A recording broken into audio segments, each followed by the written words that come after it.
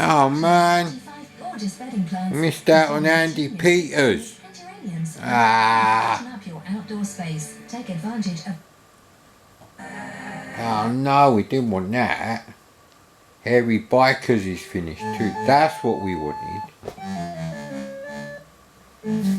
Right, I got me Relax Cup, which you won't actually be able to see, but you can tell from the shape. And got some nice cinnamon, in quotes, tea. So let's hope this helps the situation a lot,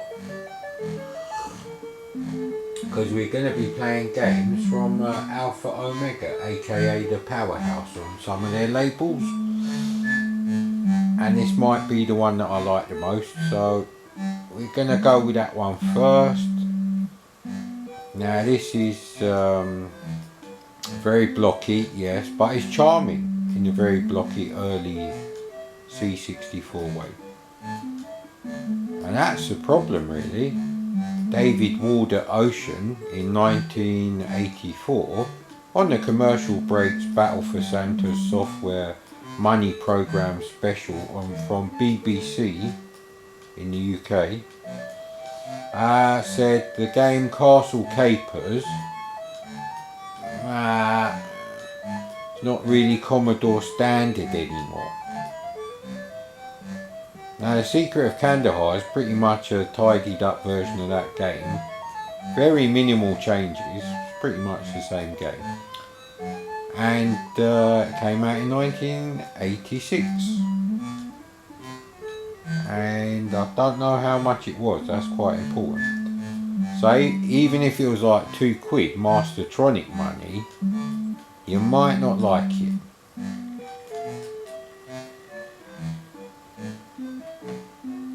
Hang on, I'm sure, isn't that a key? They're saying I have 3 lives left. That's weird though. So it's a bit like Castlevania. Probably looks no worse than Castlevania on the old Amiga. Can't actually shoot anything though, so nothing like Castlevania to play in.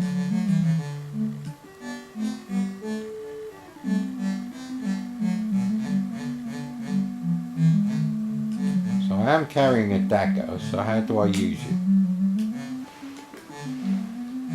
Space? No. That's funny. Return, F keys. Nah. So I'm pretty sure Castle Capers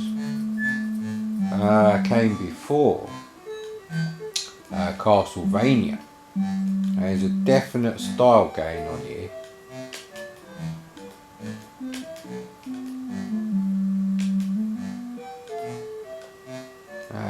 Bloody hell. That looks more like a seagull than a bat to me. Oh, crap. That didn't go too well.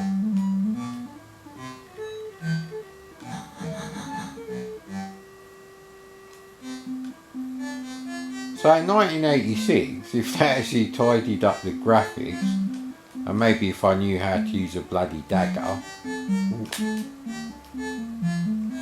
stroke of luck, might actually be okay. As it is, I could see people having nostalgia for this game. So hang on. Oh, it must have been the bat coming out from the floor there.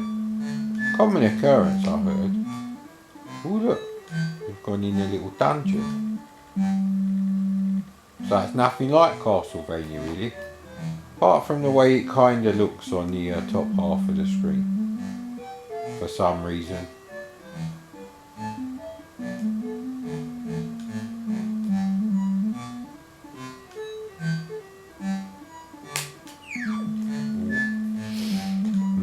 We're not, crap. What's he doing here? What's this? Bloody Indiana Jones and the Lost Kingdom. Piss off. So you won't be able to get past him, I don't reckon.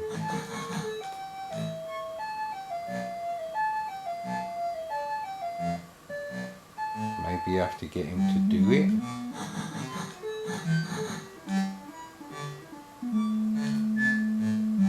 Maybe, no, you can't go past him really slowly, Mad Commodore. It's a terrible idea. Bit like releasing this game in 1986, I think. Nah.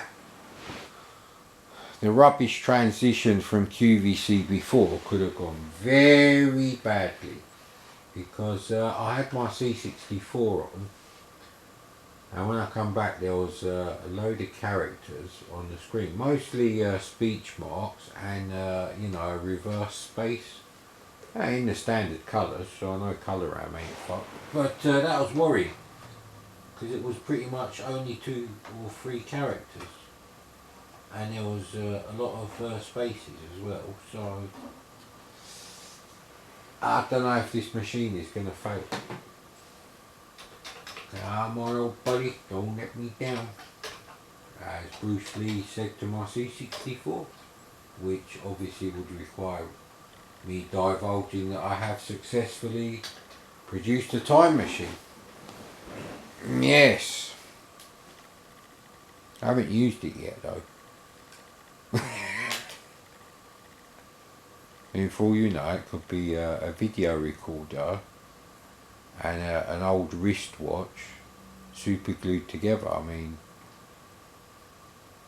maybe a couple of 9-volt batteries, the really big ones you used to get in the 70s for your electronics kit. You know, they were the size of like, you know, a carton of 100 cigarettes or something, some of them. But I think those were 12 volt. So, we need these things here. Now, Return of the Space Warrior is, on the screenshots, looks like, what do you call it, a Joust knockoff. I think, yeah, we'll go with knockoff.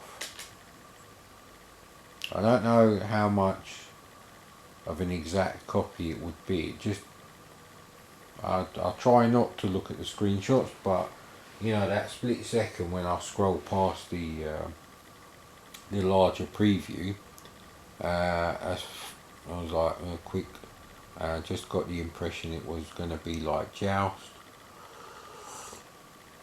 Which reminds me, there is actually a pretty good Joust game back in the day called Joust Day, or the word Joust with an E on the end. Luckily that's the intro that goes away quickly. Let's go over trainer options. How about unlimited ding dongs? Yeah, we'll go with them.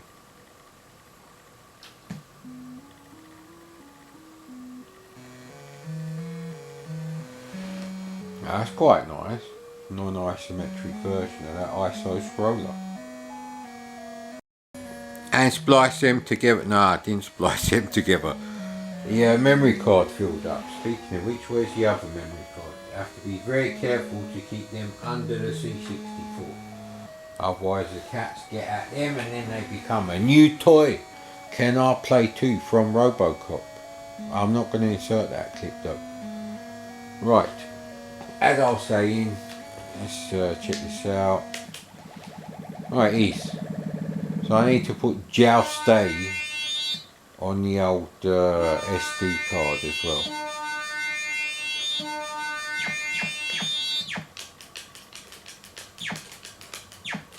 I said press fire on joystick to start, so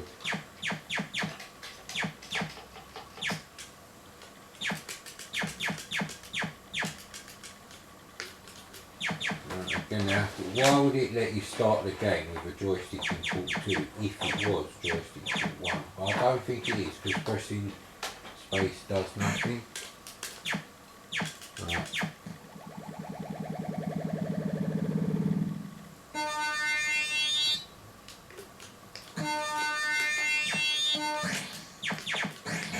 Okay, well there is no fire button, so I don't know. And it is joystick port 1, and pressing fire on joystick port 2 does start the fucking game. Anyway.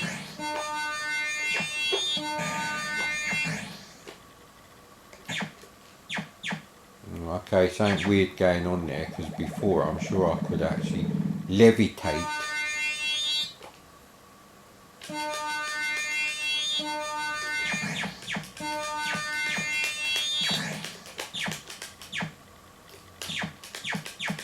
Okay, these controls are just broken, but clearly it is joystick port 1.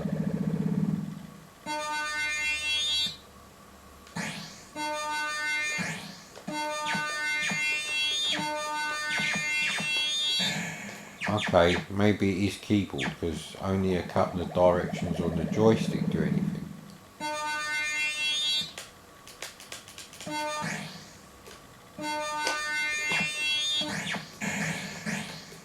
Yeah, only pressing left on the joystick does anything. So, and we've done unlimited life, so I guess that's that review over with then.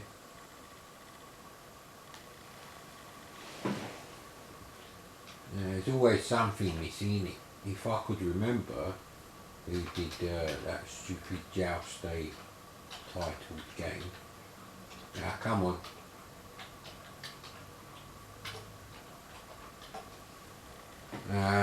I'd be able to go on this SD card and find it, but I can't remember. I know what the bloody cassette cover looks like, I just can't see the logo. Bollocks, of course. That's why I don't like joystick port 1 games. You need to budget for two decent joysticks if you're buying a real C64 and have them permanently connected right. See if my typing hasn't improved at all now. And now we've got 0 lives effectively, because I've done 1 quotes too many because I accidentally deleted one.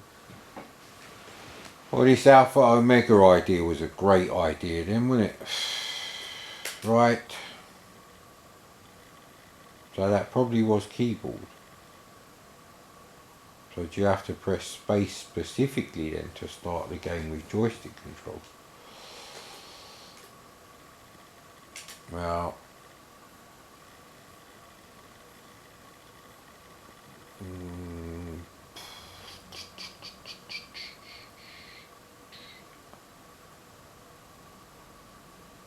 trying to remember which one looked interesting, and you're all screaming, play Squidge, it's a terrible game on the Spectrum. The worst game ever. It's like E.T. for the Spectrum.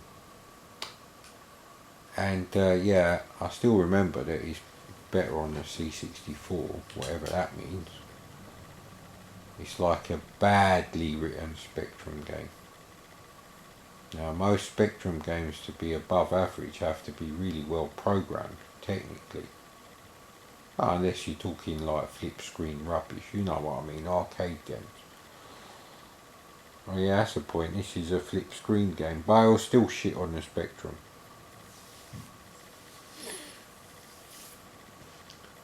I think there was as much lag as the 3D flying section of Wings by Cinemaware on my Amiga 1000, which, funnily enough, despite what people would tell you, did not run any faster after I replaced the processor with a 68010.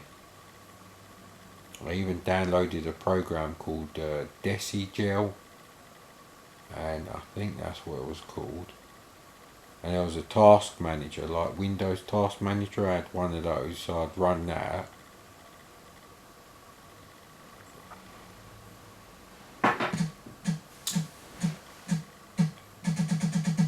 And all sorts of things to, like, when I was testing out the CPU. Because I think the calculator from Kickstart 1.1 would cause a 68010 to crash.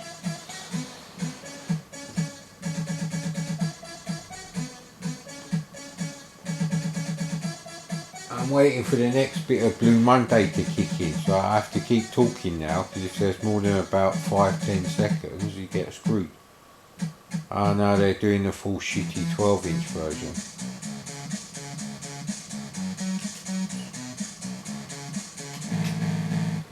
Yeah, it's alright, the music. It's alright. Yeah. One, use these to get past the doorway. Number one. So where's star one? From Blake 7, star one was destroyed. Spoiler alert! Although I can't remember which season it was now. I think it was season... Well, the Liberator was involved after it, so it must have been season 2. There's a spoiler if ever there was one, seeing as there's 4 seasons of Blake 7. And they finally admitted in some documentary I was watching, or a clip or something, someone was saying, yeah, they all got killed at the end. I don't just mean like, you know, an opinion, someone to do the show said it. It was like, it was just a bleak ending. Can't all be happy like Star Trek. They try to inject good old Northern England bleakness into sci-fi, and it actually works. If you have got a projector and you can get like a 120-inch screen, the type that, you know, where you're watching Avatar, you're like, yeah, fuck going cinema, mate, I'll watch Avatar at home from Blu-ray, thank you. And you know, I think we're digressing a bit there. I don't actually want to cheat in any way, so as long as I don't need any of those. Oh, joystick input 1 again. So, like I said, many joystick purchases will start to happen.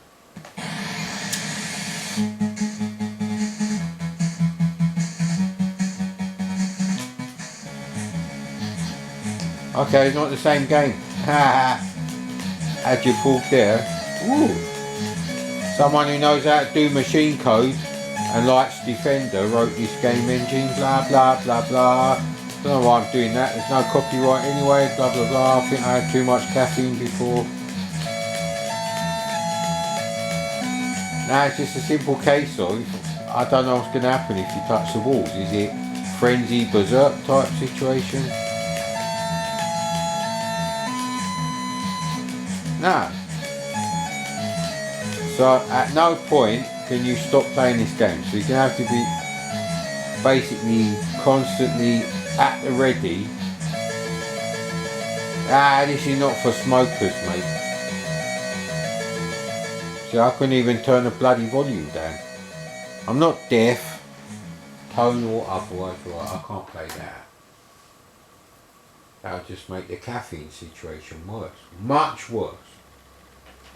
And that makes it a waste of caffeine. And caffeine, like all groceries, have become like precious metals at the moment. So, if it was the good old days, could have gone and got some salt and shake. Oh no, you can't have Watsits anymore, they're shit now. It's like some fucking cheese sauce dried on them. It's dirt. It's nothing like Watsits. It used to be. And that's exactly why I don't like bloody joystick port 1 games. But we charged up the camera, must persevere.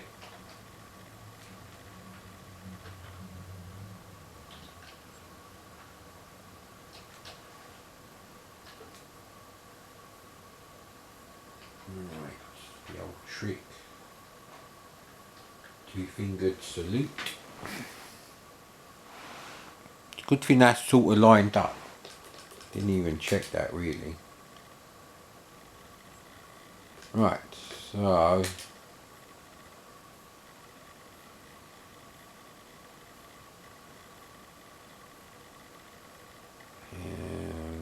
let's go then on Ranger. Looks like one of those budgie games I did but I don't think it is the same game. Because I clicked on the programmer on Gamebase 64 and computer said no.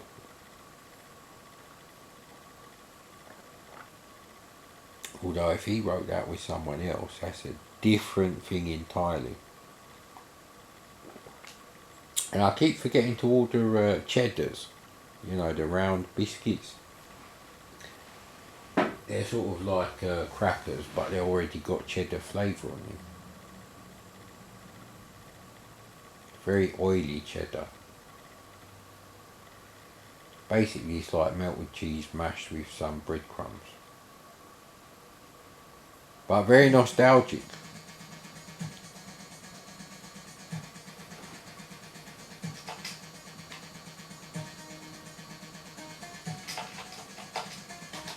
Is it one of those Commodore ones to get rid of it?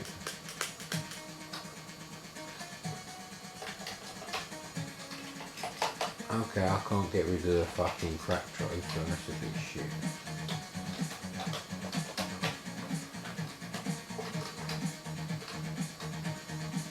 Now we press Commodore key. Now we press fucking it is space, but it forces you to watch it for like half a minute. Fuck off. If you can't write a better version of Outrun, then just fuck off out my face. Oof. Right, let's see how bad this is. So no, and then you can't say, well, you can't take a piss out of crackers if you're going to use your trainer, Mad Commodore. Use your trainer.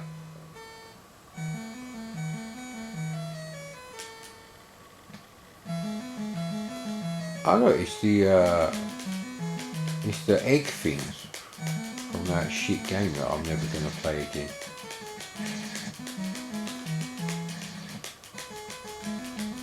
There was a split screen sideways scrolling ST game by Mastertronic. I think it's on the Amiga as well, and the C64 obviously. I can't remember what it's called. Was it called ST Protector? I did actually have one Mastertronic game for my Atari ST. They came in sort of like these cardboard wallets. Imagine if CDs were like, you know, the size of 5 1/4 inch discs. Like that, basically. You know, when you used to get the CD singles, you'd get the cardboard wallet rather than the case, the flip open case. But yeah, I don't really know what you've got to do. Is it a rip-off of Sheep in Space? Well, actually there's something there that...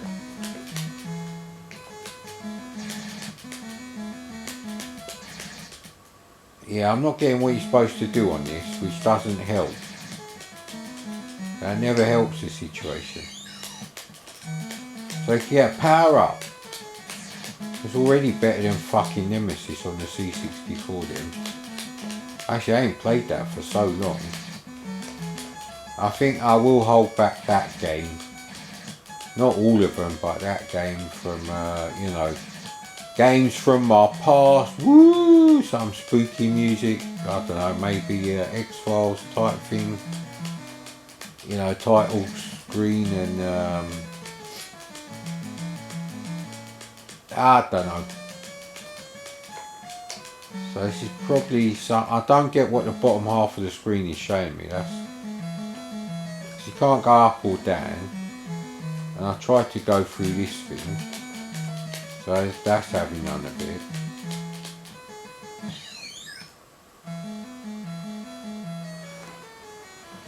What a surprise! We haven't found a fucking diamond in the rough. More like a shit in the fucking litter tray, mate. Might have to have a bit of a break from this. Still suffering the effects of medium COVID. Yes, I made that up. But then I invented Corona Apocalypse the day I fucking heard about the virus, and become a thing now. Hashtag Corona Apocalypse. Yeah, we had all that conversation about, yeah, I don't really use Twitter, all that crap.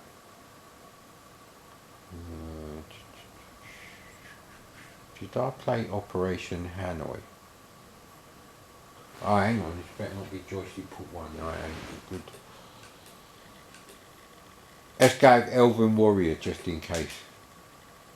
I wasn't even sure I downloaded this the last time I remember thinking about it. So,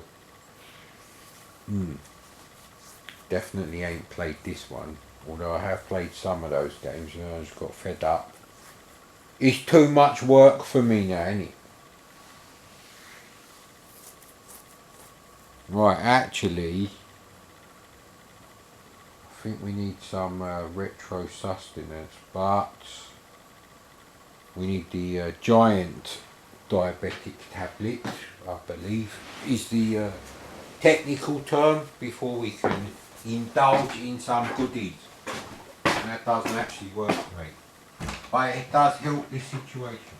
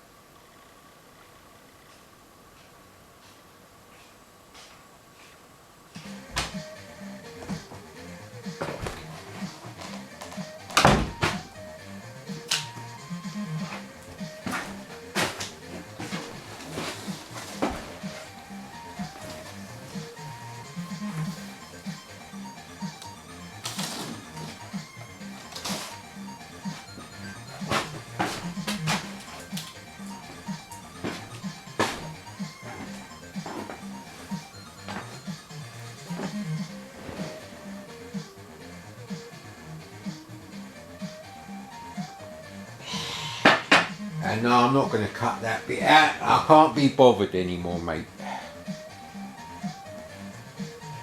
What the fuck was reload? Oh yeah, Elven Warrior. So it could be like, is it Athena? That rubbish game from Imagine. Very cartoony on the Spectrum, Athena. Not quite the same on the C64. Return to start game. I think we need a win here, so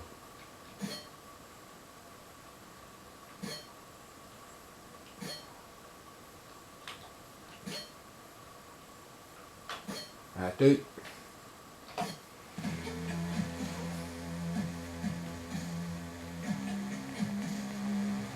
Above average music, instruments. Oh, Sonic Graffiti again.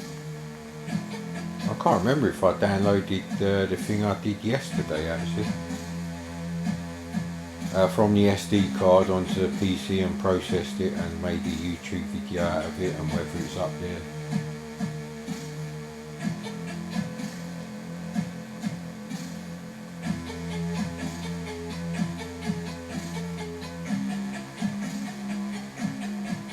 Yeah, I think we played Cobra Force.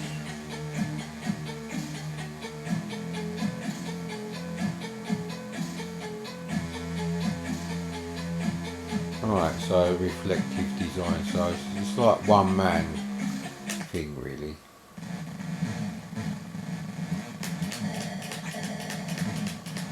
Okay, you know what I'm going to say straight away? They managed to write a game with fucking sprites in the border up the yin yang. And I'll prove that. You can't really see it now. And there you go. But I haven't decided to write a game with a status panel on the bottom so they can do fucking hardware scrolling. So you know what? If this was an Amstrad CPC, then yeah, that's fine. Because you could say, well, you know, it wouldn't come out this good if you had real-time pixel scroll and all that. It's like, no, mate, there's a reason why the Commodore engineers put like a sub-pixels accuracy scroll for their multicolour mode. Even in multicolour mode, when you scroll the screen on the C64, it still moves 1 pixel left and right. Doesn't magically become 2 pixels. No. And here we've got a game which is, well, basically it's a shit in the face, mate. And it's like that panel on the vertical side there is just a fucking slap in the face with a shit stuck to their hand. Possibly one of those electric buzzers from the 60s and 70s. You know, the joke thing that you don't really get anymore. You can't fire while you're moving, which is ridiculous. Sounds atrocious. Very annoying.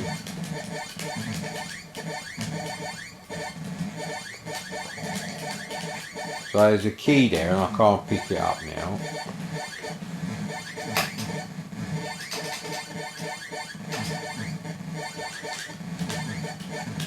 Now, so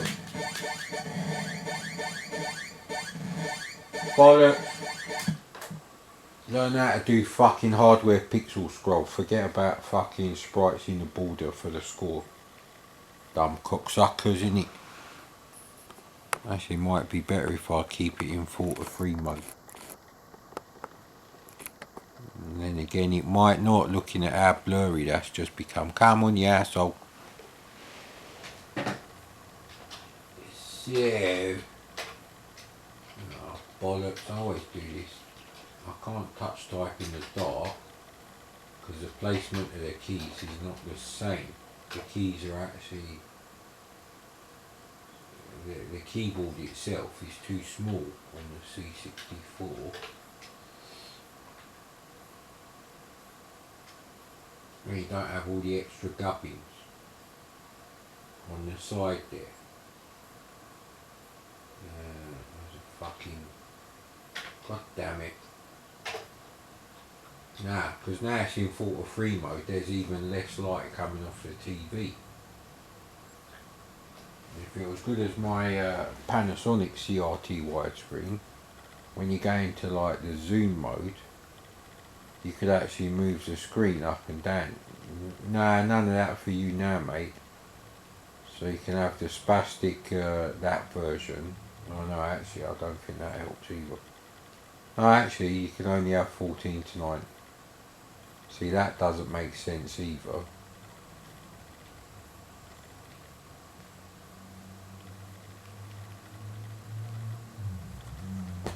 Yeah, anyway, joystick port 2.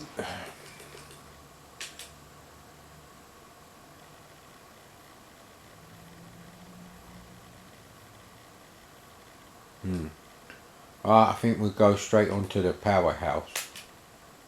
Had enough of whoever wrote that fucking Elven Warrior rubbish. Probably should pay more attention to screenshots. I would have known it's a flip screen game by the vertical status panel on the side there. So done the Enforcer obviously. We've done Land of Neverwhere. Gunrunner is like a crosshair type shoot 'em up. I don't know why Galaxia 7 is in here.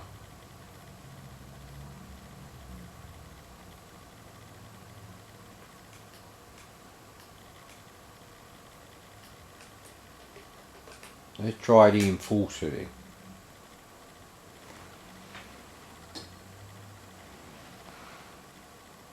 God damn it, I can't see how many bloody minutes it is now.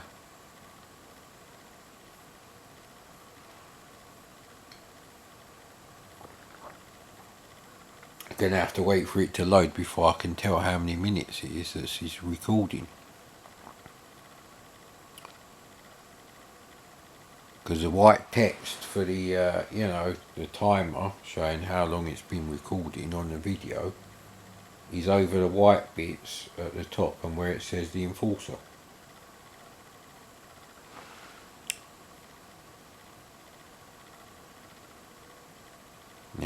could be. Actually, no, there's no way to tell.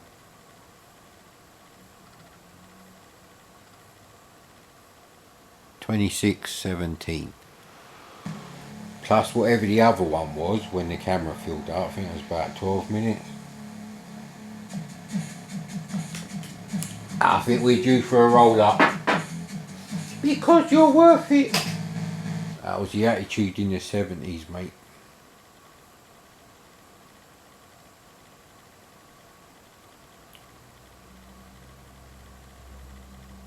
Yeah, I don't know. I think I'll just start the game as it is.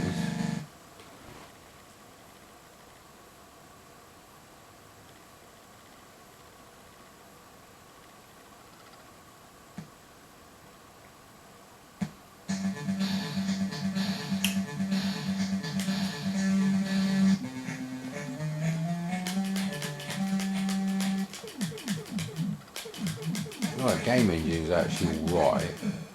Okay. Not a fucking adventure 'em up, please.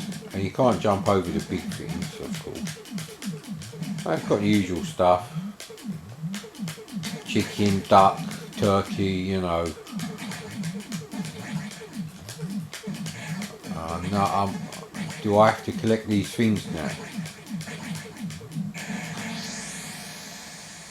So they've gone for very weird colours, and by weird I mean shit, for the, you know, the two colours that have to be the same on all the sprites.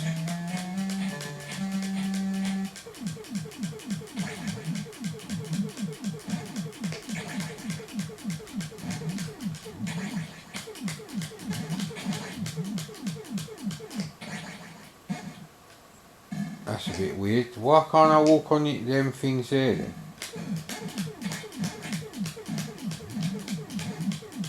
So it's like an arcade adventure with ghosts and goblins type shit going on. Does remind me of a mouldy shit dipped ghosts and goblins. This is a terrible idea. I don't want to play these games anymore. I'm not recovered yet from medium COVID, innit?